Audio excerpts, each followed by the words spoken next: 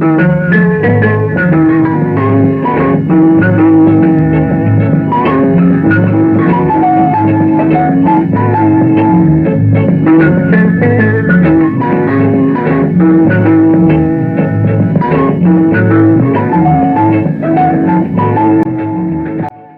زغتر علبا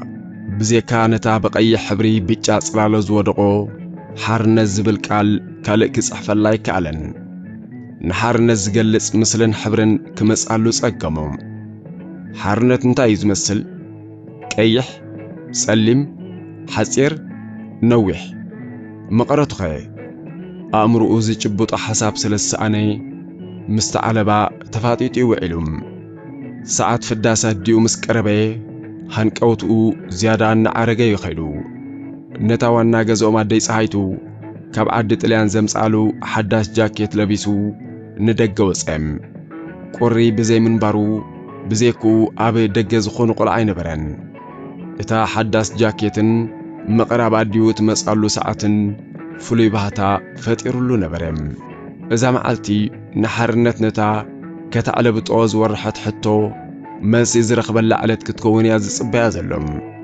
اورح مسكرم ني حمشاي كفله تمرتو كجمرن كلو كاب ممرو زقربت حتو نزي كله تصبيتات فطيرام اتممر تمهارو ابي كبابيوم زرعي ونز سمعو نغرات ترغم كرخبلو لوم ازي دما ترغمن امصاصانا سماتهم كاب مفلاط يجمر يلو سلاز امن فلما تمرتي ابز جمر لامعتي سمون ترغمن مسنغروم مني سم كابرافو إلو نتي اب قدميت كوفيلو زنبره تمهراي حتتم ودبات حنم ودبنتاي مالتيو باصعن عصبن مشالو مركب تطو زبلالو كومو مالتيو صبو نسخاخي بلو نتي اب غونو كوفيلو زنبره لمش اورر سو تمهراي مليون امير مليون انتاي مالتيو ميتي مسبلكا شعو مش شحلو شعو مليون تبل بزح مالتيو إلو كوف بلاي نسخ خنفاتي نتا عبقد محرنت كوفي لازن برات صغر رأسا بكلت كورنعو تقنينو بفيكو تأثيرو زورد قلعم يوهانا تسفاي كسادا قل عص النابلات نتا تغص الحتو تصبيتهم وايكت عماسماتكم نفاتي يوهانا انتا مالتيو عمد كامش يخون شعو كل سبي مص شعو يوهانا تبل ازي صبو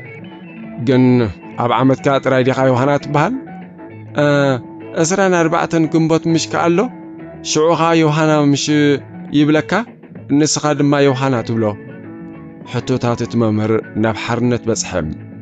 نسخاخي من اسمكا برافو حرنت بهلبي واو طعم تسم ناي بحقي صبوق سم من يوصيلكا بجخا عدي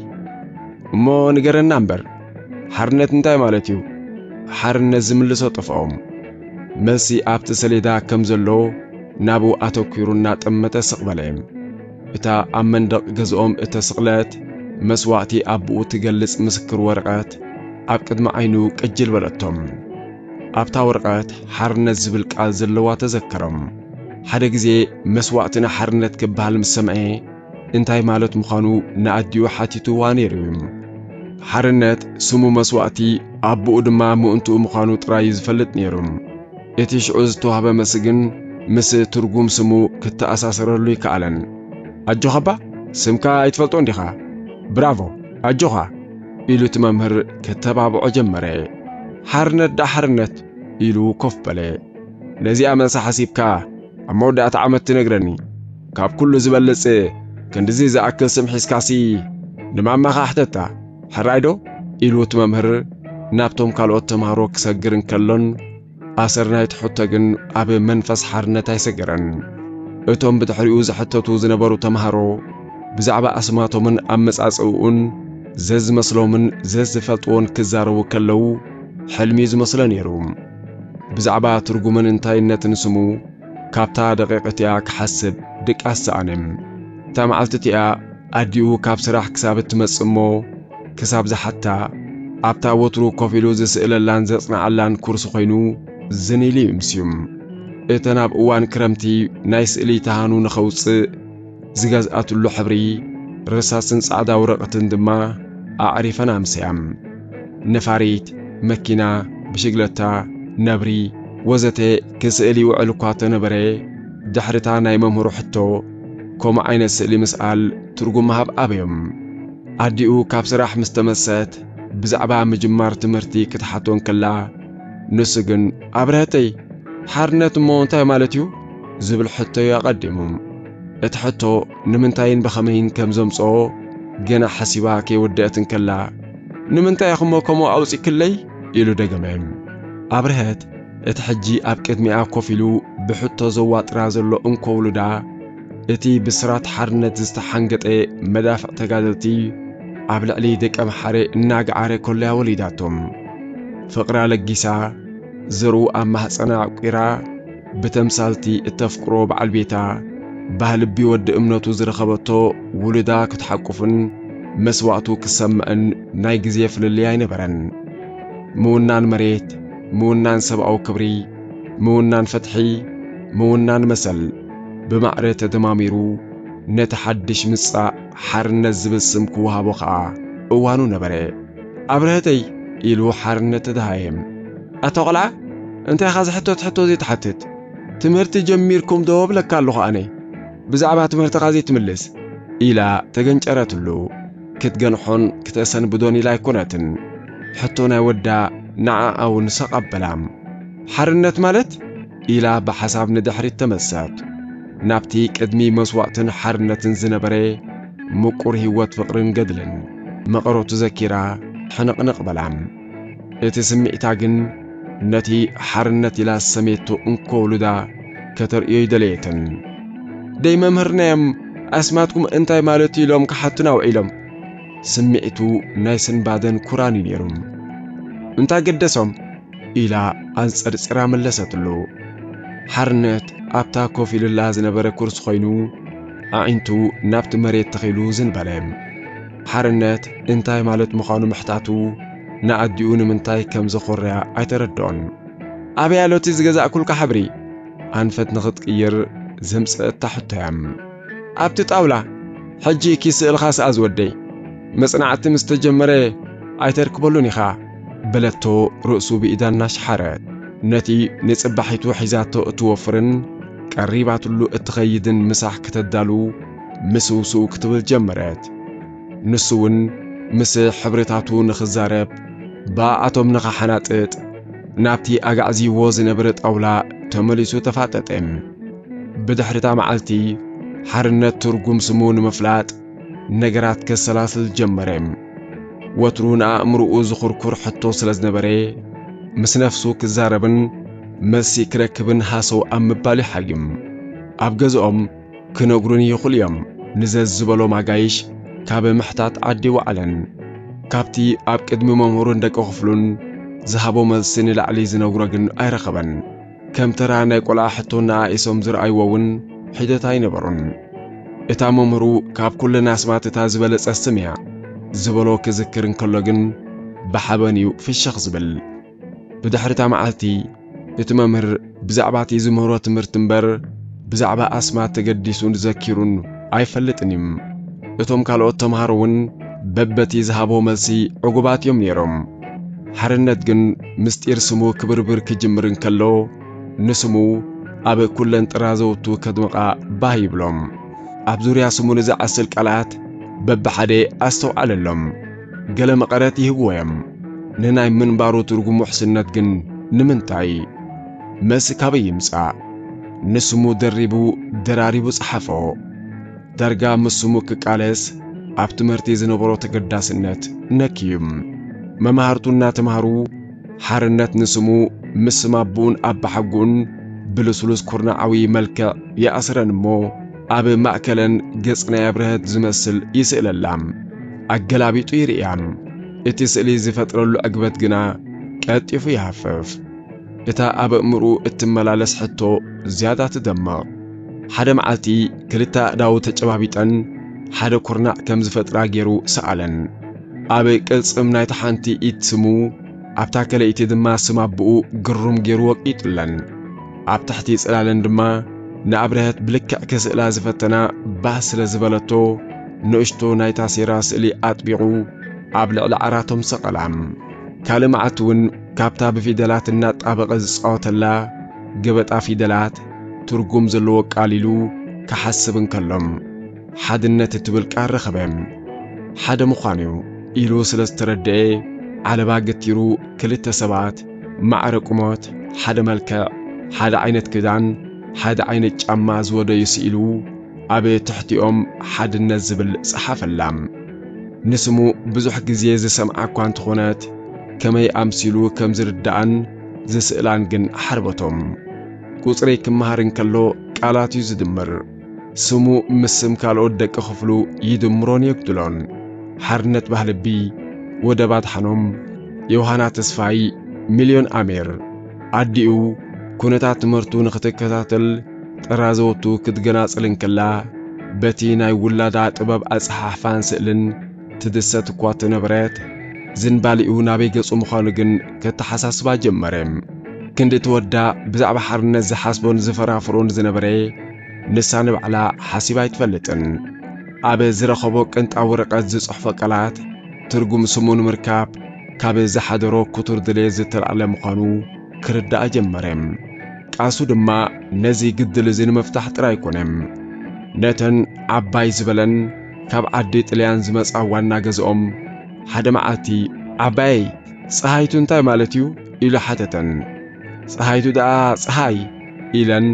ሰገጥ ከይበላ መለሳሉም ሓርነት ተገረመ ትርጉም ስሙ ዝፈልጥ ኩሉ ንስሙ ክስእሎ እንተደለየውን ቀሊል ኮይኑ ተሰማዖም ንኣብነት ከዓ ኣደይ ፀሃይቱ ወሰደም ኣብ ዝበዝሕ ዕላለን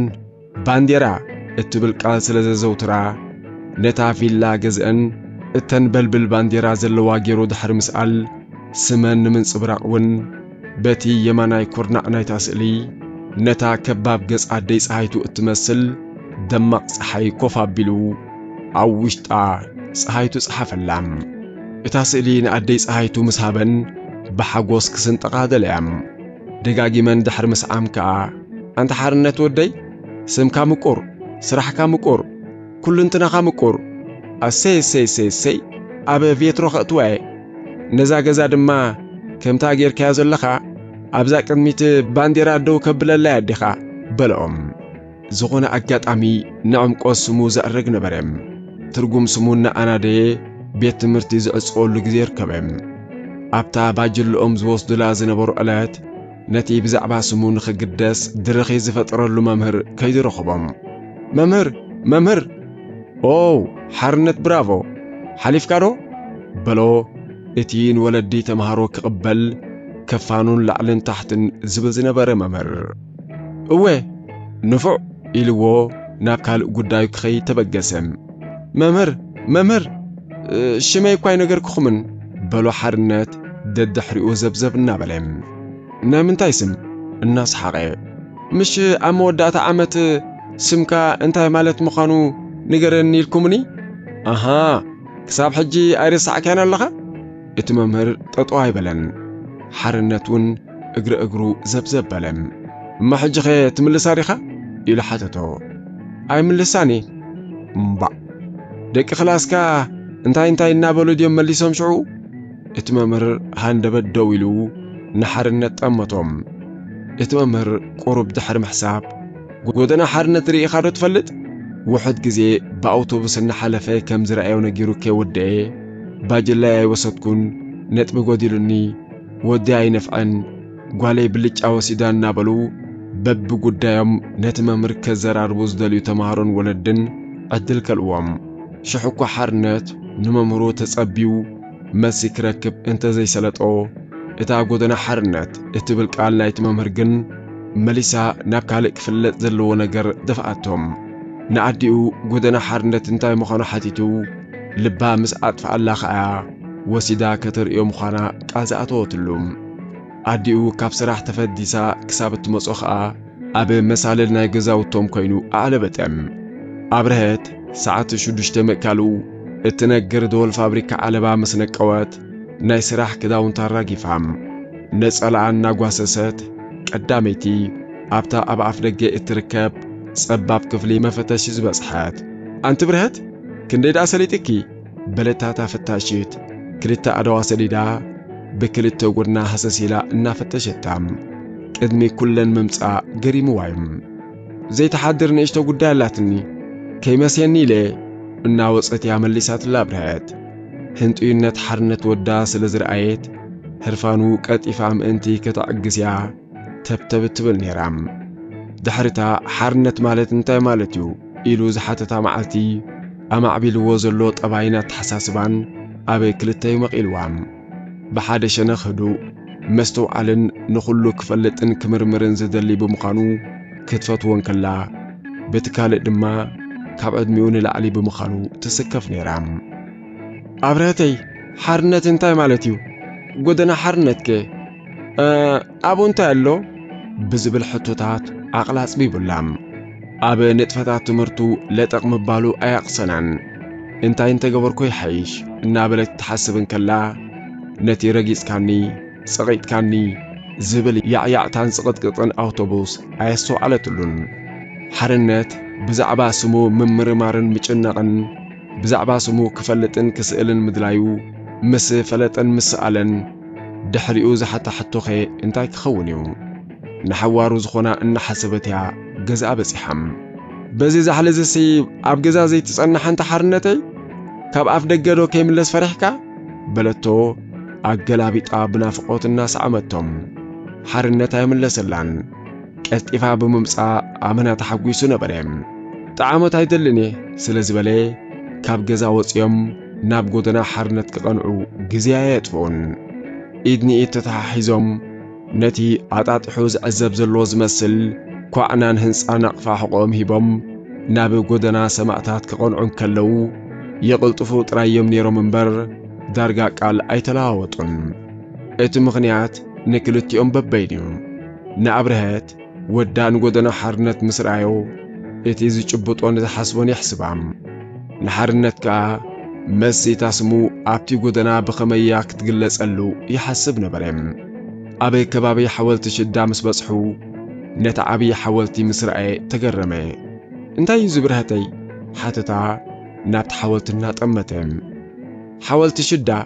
መለሰትሉ ንቕድሚት እናወጠጠት ሓወልቲ እንታይ ማለት እዩ እግሩ ንቕድሚት ኣዒንቱ ግን ናብቲ ሓወልቲ እናጠመተም ሓወልቲ ደኣ መዘከርታ مش نزمتينا مذكرتان قبروا لي الكن نيركي شدا يموديو وا أتقولع زربوا قريم وا سحقتهم عبيكم نجر زلوا خا مذكرتات قبروا لي خا سلا شدان دينا نابزو قدنا حرنت نخي زلونا حجي أتقولع إلى حنساب تقلبيتا نتحولتي أما عدوات حرنت جن ترجمنا يتحولتي مستي زسلو سئلتات بخماي كم زسنيو حسب نبرم سيتي بارك نسقام قديفهم نقودنا حرنت كتوين كلو قودنا حرنت بمبرهتي كدمقن حدقنم أبرهتي لكي تولعو بلا حرنت حقويسم شدشتان فرقان اندي خينو ملساتلو ساعتان رأيت ازي قودنا حرنت بمبال دما كستو البزدرخ قنا نقرتهم ندحريت قلص بمبال دما كابتين قودنا سماعتاتن نقودنا حرنتن زرخ بوتا جميرو كستو الجمرهم قد مشعو بت قودنا كحلفن كلو كم زخونة صبق مقد ترايو زوستنيرم حجيقن ترقمي كرخبالو نعوارح زحاتة حتو زملس قودنا بمخانو زيادة زدمقن زمعرقن مسلم حرنت بس اقاميتي ايدو نيمانيتي إيداديو عتئتو يمانيتي إيدو دما أب جبا جاكيتو عتيو بقبيع نايتا جاكيت رؤسو أمامي قنبرم يتشنع زبزنا برساب كابت زحلين مكلخال درقا كلو دريبو نبري نخلقا تقريمو يتمتهم ويا برهتي عمباباتات كتصبق رأيمو بلي نتي بشنخ يمانوم وشت زنبرن ببعينتو أنباباتا زنبرو جزا إنا تملكتن صباقن دمكتن إت أنباباتات فلي باهتا فترلوم إندامنتا يزي جزا بلي كابت أنبابا زرقيلو بزح كير حقم ሓንሳብ ነቲ ህንፃ ክሳብ ላዕሊ አንቃዕሪዱ ሓንሳብ ድማ ንኣዲኡ ጠመተም ናይ ትምህርቲ ቤት ጽሕፈት እዩ እቶም መምሃራንኩም ኣብዚ ቤት ጽሕፈቶም ኣብዚ ዳ እንታይ ይብልዎም ንበዓል ሓርነት ከም ዝመሃርዎም ማዓድዎም ከም ዝበልዎም ኣርእይዎም ይብልዎም ኢላ ኣረዳእቶም ብዛዕባቲ ብስሙ ከም ዝግደስ ዝገብር መምህር እናዘከረን ከሎ እናዕለሉን እናሰሓቁን ዝመሓላለፉ መንእሰያት ርእዩ ተመሰጠም መመሊሱ ክጥምቶምን ከሎ ዓዊሎም ያዕልሉን ይስሕቁን ብምንባሮም ከይተፈለጦ ፍሽኽ ክሳብ ዝብል ገበርዎም እንታዮም ኮይኖም ዝስሕቁ ዘለው በላ ግልብጥ ኢሉን ኣዲኡ ተሓጒሶም በለቶ ኸደ ኢላ እቶም ካልኦት ከይተሓጎሱን ማለት ድዩ በላ ናብቶም ብህዱእ ዝበለ ዘረባ እናዕለሉ ዝጓዓዙ ዝነበሩና መልከተም አንተ ሓርነት ወደይ ብውሽጥኻ ከኣባ ትገብሮ ኣይተሓጎስካ እንቲኻ ንስኻ ሕጂ ተሓጒሰ እምበር እንታይ ደኣ እሞ ብምባል ተሓጓስ ኣብ ልብኻ ክጽወርውን ከም ዝከኣል ነገረቶም ጉጅም እናበሉ ተሓቋቂፎም ዝኸዱ ወድን ጓልን ክርእን ከሎ ከዓ ይገርሞም መመሊሱ ይጥምቶም ኩሎም እቶም በቲ ጎደና ዝሓልፉ ዝገብርዎን ዘርእይዎ ጠብያትን ከዓ ግሩም ምርኢቱ ኮይኑሉም ኣምባሳደር ሆቴል ደው ኢሎም ነቶም ኣብ ትሕቲኡ ዝመላለሱ ሰባት ዝሕሉ ክመስል ተመጢጡ ነዊሕ ምስራኤው ተደነቀም እዊ ክነውሕ ኣብረህተይ ኣይወድቕ እንዲዩ እንታይ ኮይኑ ይዝወድቕ ትወድቕ ሎ ንስኻ ሕጂ እንድሕር ኣሪገ ደኣ ይወድቕወ እሞ ዝመዓስ ኣሪጉ ምስ ኣረገኸ ሓተታ ሓንሳብ ነቲ ህንፃ ሓንሳብ ድማ ንኣዲኡ አንቃዕሪሩና ጠመተም ሽዑ ንርእዮ ብምባል ናብቲ ህንፃ ጠመተት እሞ ንሳውን ገረማ ኣብረህት ነታ ብጸጋማይ ኢዳ ሒዛታ ዝነበረት ንእሽቶ ቦርሳ ከፊታ ሰልዲ ንኽተውፅእ ንሓርነት ፈነወቶም ነታ ሓንቲ ኢዱውን ካብ ጅቡ ምስ ኣውፀ ፍኹስ በሎም ፓስቶ ተኽገዝኣልካ ክትብለን ከላ ብዙሕ ሕንጥይነት ኣይነበሮን ካብቲ ዘንሳፈፈሉ ዝነበረ ባሕርባህታ ክእለ ፍጹም ባህ ኣይበሎን አንተ ቆልዓ ንዓኻ እንዴ በለቶ ስለዘይመለሰላም ዳሓነይ ኢሉ ክምልሰላ ከሎ ኣእዳው ከም ድሌቱ ናብ ጅቡ የእትዎን የውፅኦን ነበረም እንታይ ደኣልካ ትደሊ ክርኢ ጥራይ ዝደሊ ኣቲ ኣብረህተይ ኣይትኽለፍኒ ብዛ ዓይነቱ ቃና ናይ ዘራርባም ሓኪም ረኣዮ ብረህተይ ጻዕዳ ክዳን ተኸዲኑ ኣብ ተኻሚሽ ኣለኹሙ ነቲ ዝሓለፈ እናዘከረም ገናውን ኣብ ቅድሚው እንዳፈውሲ ክርኢ ምዃኑ ኣብ ጎደና ሓርነት ብብዝሒ ከም ዘሎ ነገረቶም እዚ ኸትሪዮ ዘለኻ መምሕዳር እዩ በለቶ ናብ ቤት ጽሕፈት መምሕዳር ዞባ እናመልከተት ክጽብቕ ምሽ ዝገዛ ኣብዚ እንታይ ይገብሩ ከመይ ከም ንነብር የመሓድሩና ኢላ ዝረባኣከ ወደአት ናብታ ኣብ መንጽራ ቆይማ ዝነበረት ህንፃ ስለ ዝቐረቡ ኣንፈታ ናብኡ ገበረት እዚኣ ኸብረህተይ እዚኣ ኸዓ እንዳፍትሕያ እንዳፍትሒ እንታይ ማለት እዩ አንተ ቆልዓ ሕቶ ደይብዛሕካን እንዳፍትሒ ደኣ ኩሉ እዚ ኣብዚ ትሪኦ ዘለኻ ሰብ ብምልኡ ሓደ ነቲ ሓደ ከይሃሲ ከይዕምፅ ከየታልል ሕጊ ዝሕሉ እዩ ምስታ ቤት ጽሕፈት መምሕዳር ብምምዕርራይን ንምርግጋጽ ክመስል ግልጽ ኢሉ ገጹ ከይመለሰ ከሎ እቲ ብምዕሩግ ቬትሮ ዝወቀበ ባንክ ህሩግ በሎም እዚ ኸዓ ሰልዲ ተቐምጠሉ ባንክ እዩ በለቶ ከይሓተታ ኩሉ ኣቐዲማ ከባቢ ባሕቲ መስከረም በፂሖም ንጸጋም ተዓጺፎም እንደገና በቲ ካልእ ሸነኽ ናይቲ ጎደና ክምለሱ ከለዉ ደኺምካ ዲኻ ዝወደይ ኢላ ሓተተቶም በኣሉታ ርእሱ ብምንቕናቕ ጥራይ ከም ዘይደኸመ ገለጸላም መብራህቲ ናይተን በቲ ጎደና ዝሓልፋ ዝነበራ መካይን ንጎደና ሓርነት ድምቀት ወሲኹሉ ነበረ ቁሩም ምስ ሰጎሙ ካብ ስግዳን ኣልመቕርብ ወፂኦም ናብ ጎደና ሓርነት ዝሕወሱ ዝነበሩ ሰብ ጻዕዳ ክዳን ብብዝሒ ምስ ረኣየ ንምንታይ እዮም ገጾም ጨንዲሖሞ ረኣዮም እሞ ንመልክዕ ንመጸባበቒ እዩ እሞ ኣይሕመሙን ድዩ ብንእሽቶም ስለ ዝተገብረ ሕጂ ኣይሕምሞምን እዩ ይሕጉሶም እምበር ሰብ ብዝጸንሐ ጸኒሑ ናብ ጎደና ሓርነት እዩ ዝጽምበር ንፋስ ናይቲ ጎደና እንተዘይተዓጢኑ ዝወግሓሉ ይመስሎን መመሊሱ ይብርከት እናተጻቐጠ ይተሓላለፍ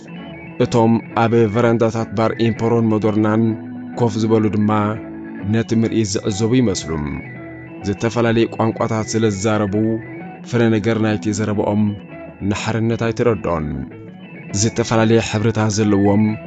እቲ ዛሕሊ ከይገደሶም ብዓውታ ይዕልሉ ይስሕቁ ኸም ኣብረህተይ እንታይ እዚ ዘረብኦም ዘይስማዕ በብናቶም ቋንቋ ስለ ዛረቡ እሞ ከመይ ኢልካ ክሰምዖን ተሓርነት ወደይ ካቴድራል ምስ በጽሑ ጽባቐ ናይቲ ህንጻ ምሕር ስለ ዝገረሞ ደው ኢሉ ፈዚዙ ጠመቶም ነተን ኣብኡ ቀሪበን እናተሳለማ ጸሎት ዘብጽሓ ዝነበራ ኣንስቲ ርእዩ ድማ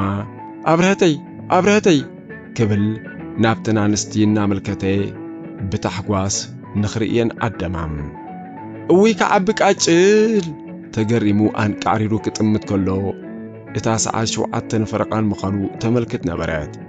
ጎደና ሓርነት ወጽዮም መገዲ ገዝኦም ምስ ሓዙ ሕጂ ዓሪፍካ ዶ ተሓጒስካ በል እዚ ጎደና ሓርነት ዝበሃል ኩሉ ዚ ክትሪኦ ዘምሰኻዩ ከም ድላይካ ጌርካ ሰኣሎ በለቶ ሓርነት ግን ነቲ ካብቲ ጎደና ዝረኸቦ መሲ ሓደ ድሕረት ሓደ እናዘከረ ብኸመይ ኣጸባቢቑን ኣዋሃሂዱን ከም ዝስእለዩ ዝሓስብ ነይሩም ሕጂ ኣብ ቅድሚ ደቂ ክፍሉ ብዛዕባ ስሙ ብኹርዓት ክምልስ ተራእዮም ምስልታት ክዝርዝር ብዛዕባ ዕንባባታት ክነግር ፍቕርን ሰሓቕን ክውስኽ እንዳ ትምህርቲ ከም ዘሎ እንዳ ፈውሲ ውሑድ ከም ዘይኮነ መምሕዳርን ፈትሕን ብማዕረግ ከም ዝረአየ ሰገትን ጸለይትን ከም ዘይሰኣነ በብቋንቋኦም ዝዛረቡ ከም ዝሰምዐ ምገለጸሎም